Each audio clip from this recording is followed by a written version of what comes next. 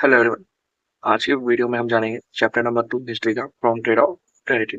Vasco D gamma के बारे में पहले आप पढ़ते हैं। वास्को डी गामा जो था सन 1498 के अंदर उसने सी रूट को फाइंड किया था यूरोप से लेकर इंडिया के बीच का।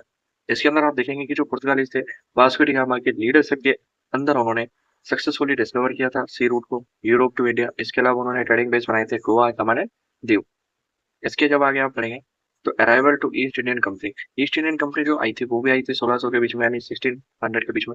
उस समय क्वीन एलिजाबेथ जो थी फर्स्ट वाली, वहां पे महारानी थी, उन्होंने परमिशन दे दी कि आप चाहिए इंडिया के अंदर जाके आप लोग इंडिया के अंदर कारखाने लगाइए, उधर फैक्ट्रीज डालिए, स्पाइसेस को यहाँ पे सेल कीजिए एंड मैनी मोर, ट्रेडिंग वगैरह भी आप कीजिए। ये सारी चीजें उसके अंदर चलती रही। तो आगे बढ़ते हैं।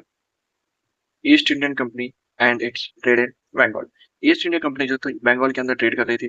ट्रेड करते समय उन्होंने जो था 1651 के अंदर उन्होंने बैंक ऑफ रिवर हुगली के अंदर फर्स्ट इंग्लिश फैक्ट्री डाली थी, जिसके अंदर उन्होंने सेटअप किया था। 2 सालों तक मुगलों के ऑफिशियल उसके अंदर काम करती रही वो कंपनी। जिम्मेदारी rights of our the village Kolkata. उस समय का जो कोलकाता था उसको कलिकत्ता बोला जाता था। तो आपके एग्जाम में अगर पूछे कि India first East Indian Company and trade in Bengal, East Indian Company जो थी सबसे पहले हुगली रिवर के पास आई थी। और आपसे पूछा जा सकता है कि हुगली रिवर के बारे में, कलिकत्ता के बारे में और जिम्मेदारी के बारे में, ये आप ध्यान रखें।